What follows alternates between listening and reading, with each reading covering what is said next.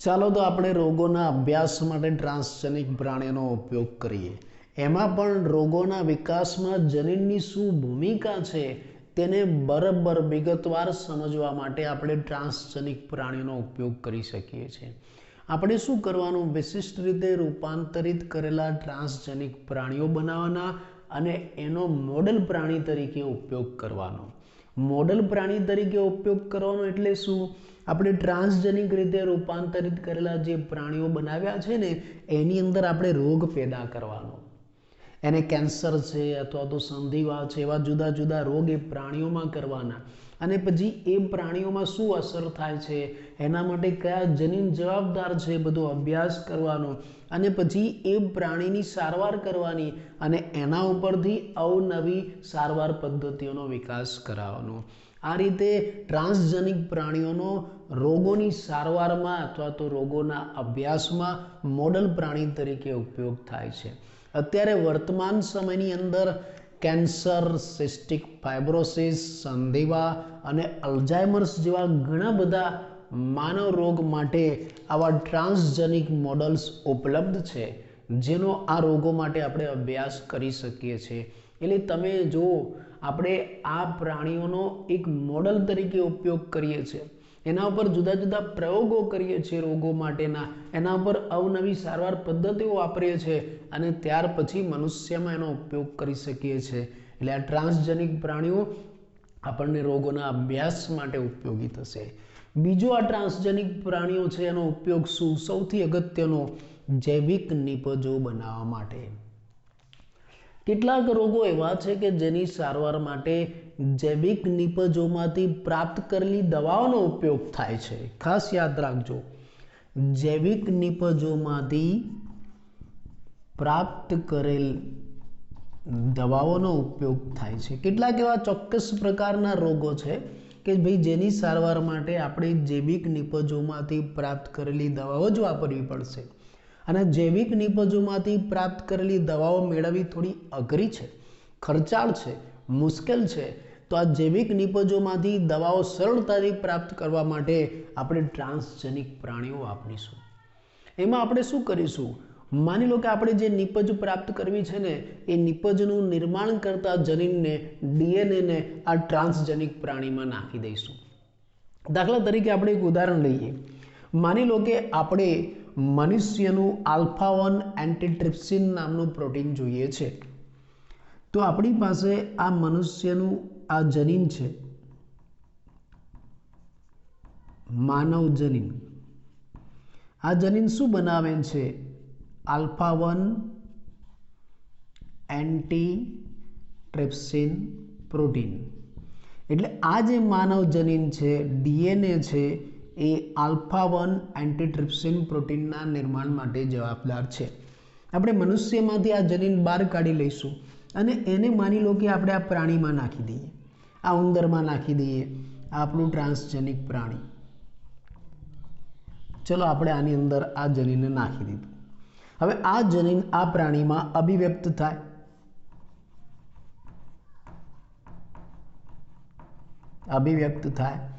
આ જનીન માન લો કે આ આલ્ફા-1 એન્ટીટ્રિપ્સિનનું નિર્માણ કરતું જે જનીન છે આપણે ઉંદરમાં નાખી દીધું અને આ જનીન ઉંદરમાં અભિવ્યક્ત થયું.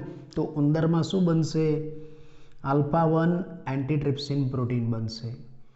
ચલો, ઉંદરમાં આલ્ફા-1 એન્ટીટ્રિપ્સિન પ્રોટીન બન્યો, જેનો ઉપયોગ આપણે એમ્ફીસેમાની સારવારમાં કરીશું. આમ તમારે જે જૈવિક નિપજ બનાવી છે એનું નિર્માણ કરતા જનીનને, ડીએનએને આવા ટ્રાન્સજેનિક પ્રાણીમાં નાખી દેવાના.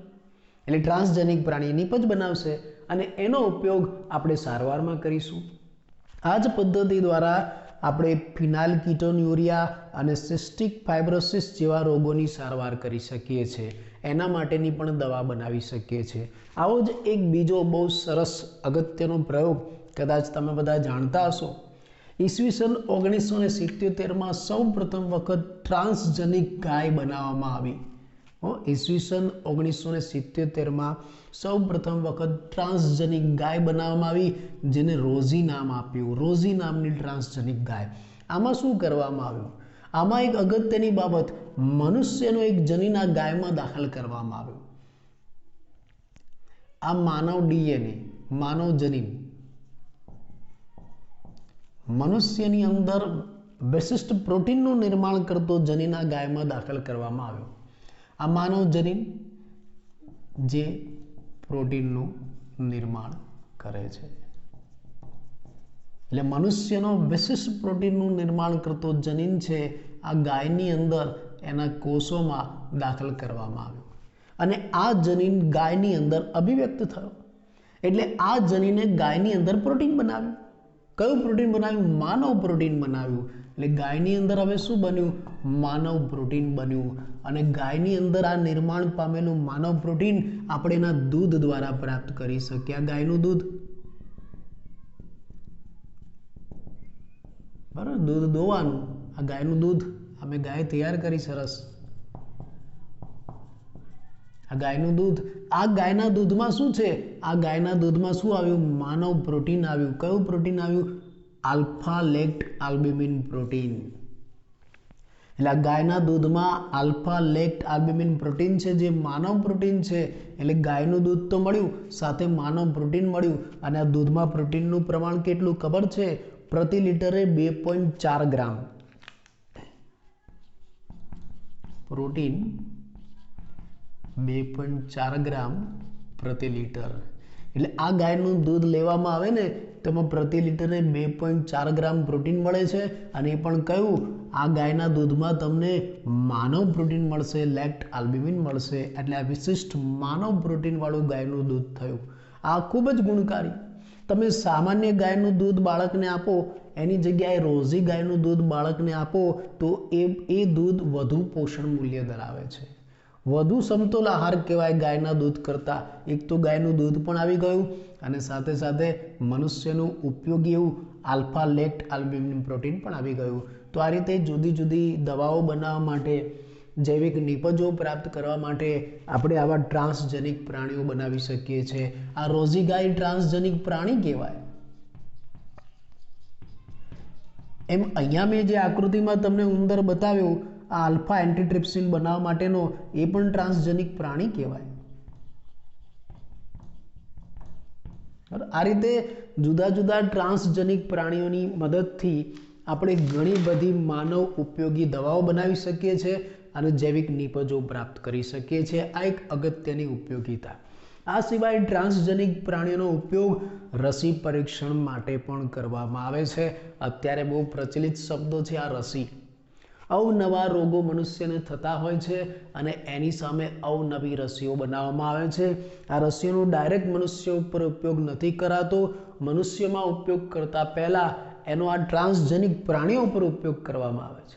કોઈ પણ રસી બને ને એનો સૌથી પહેલા પ્રાણીઓ ઉપર પ્રયોગ કરવામાં આવે, પછી મનુષ્ય ઉપર ઉપયોગ કરવામાં આવે કે ભાઈ આ રસી કેવી છે, એની અસરકારકતા કેવી છે, એની આડઅસરો કેવી છે. સૌથી પહેલા પ્રાણીઓ ઉપર પરીક્ષણ કરવામાં આવે. એમાં ખાસ કરીને વાંદરા ઉપર વધારે પરીક્ષણ કરવામાં આવે છે. પણ સૌ પ્રથમ વખત જે પોલિયોની રસી બનાવીને એમાં ટ્રાન્સજેનિક ઉંદર વાપરવામાં આવ્યા, વાંદરા નહીં.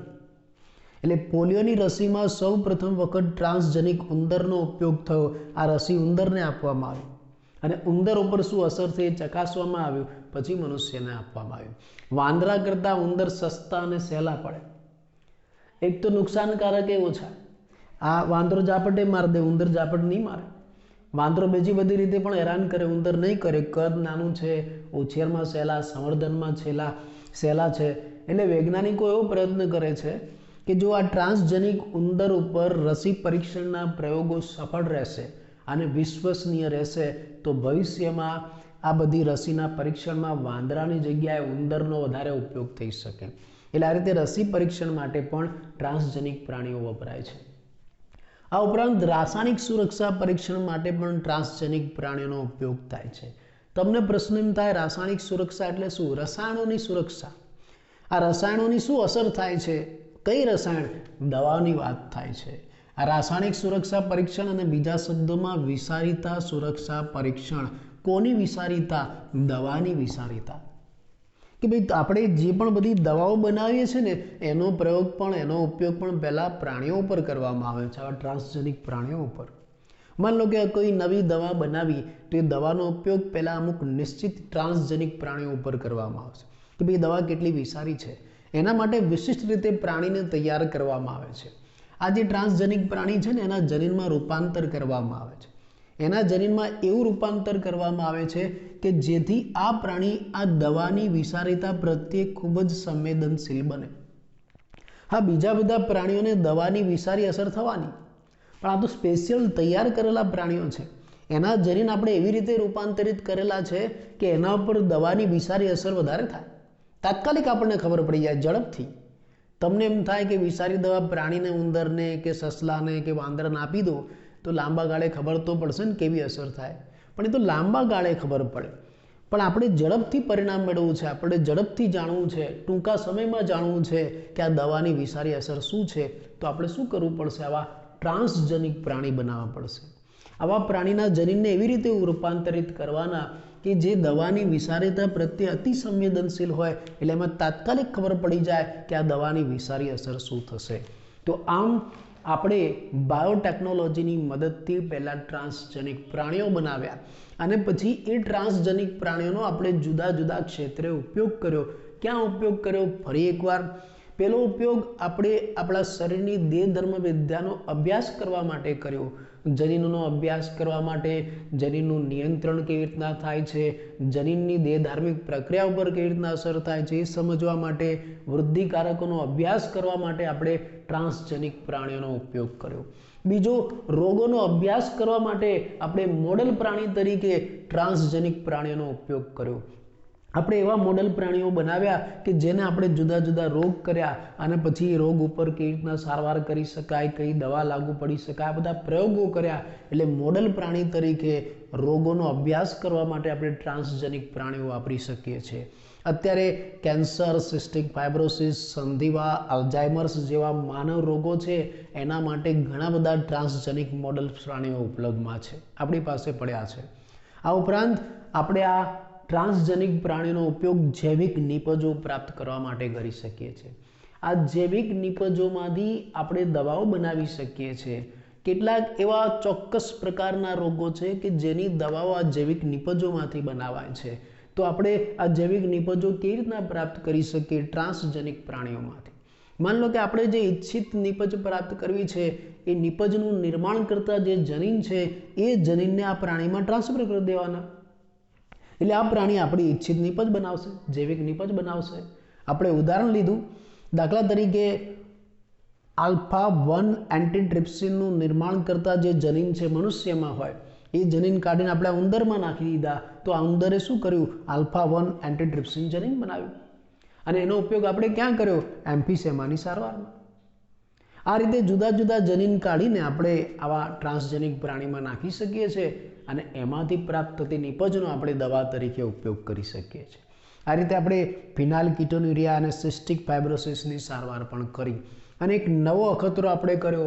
આપણે સૌ પ્રથમ વખત ટ્રાન્સજેનિક ગાય બનાવી 1977માં રોઝી નામની ગાયનું નિર્માણ કર્યું. એમાં આપણે શું કર્યું? આ રોઝી નામની ગાયની અંદર આપણે માનવ જનીન ટ્રાન્સફર કરી દીધું. એ પણ કેવું? પ્રોટીનનું નિર્માણ કરતું, મનુષ્યના અગત્યના પ્રોટીનનું નિર્માણ કરતું જનીન ટ્રાન્સફર કરી દીધું. આલ્ફા લેક્ટ આલ્બ્યુમિનનું નિર્માણ કરતું જનીન આપણે આ ગાયની અંદર ટ્રાન્સફર કરી દીધું. ગાયની અંદર એ જનીન અભિવ્યક્ત થયું, ગાયની અંદર એ આલ્ફા લેક્ટ આલ્બ્યુમિન પ્રોટીન બન્યું અને પ્રોટીન આપણને ક્યાંથી મળ્યું? આ ગાયના દૂધમાંથી. એટલે આ ગાયનું દૂધ છે ને વધુ પોષણ મૂલ્ય સાબિત થયું. બીજી સામાન્ય ગાય કરતાં રોઝી ગાયનું દૂધ બાળક માટે વધુ પોષણસભર સાબિત થયું. એ દૂધમાં પ્રતિ લિટરે 2.4 ગ્રામ પ્રોટીન હોય છે અને એ પણ કયું? Alpha lactalbumin. એટલે આ પણ એક ફાયદાકારક પ્રક્રિયા આપણે આ ટ્રાન્સજેનિક ગાયમાંથી કરી. એ જ રીતે આ ટ્રાન્સજેનિક પ્રાણીનો ઉપયોગ આપણે રસી સુરક્ષા પરીક્ષણમાં કરી શકીએ છીએ.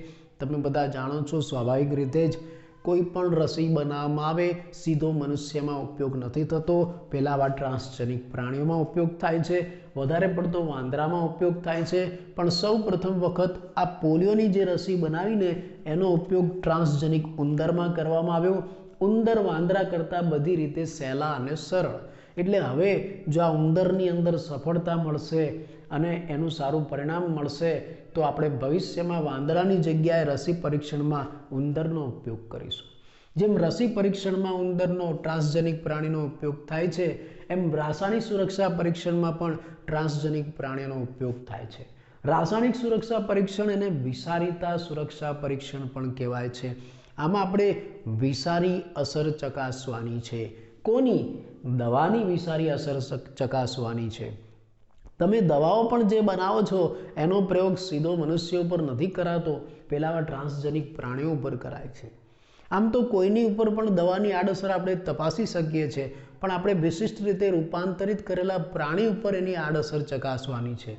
એટલે આપણે શું કરીશું? આપણે એવા ટ્રાન્સજેનિક પ્રાણીઓ બનાવીશું કે જેમાં આપણે જનીનમાં રૂપાંતર કરી નાખીશું.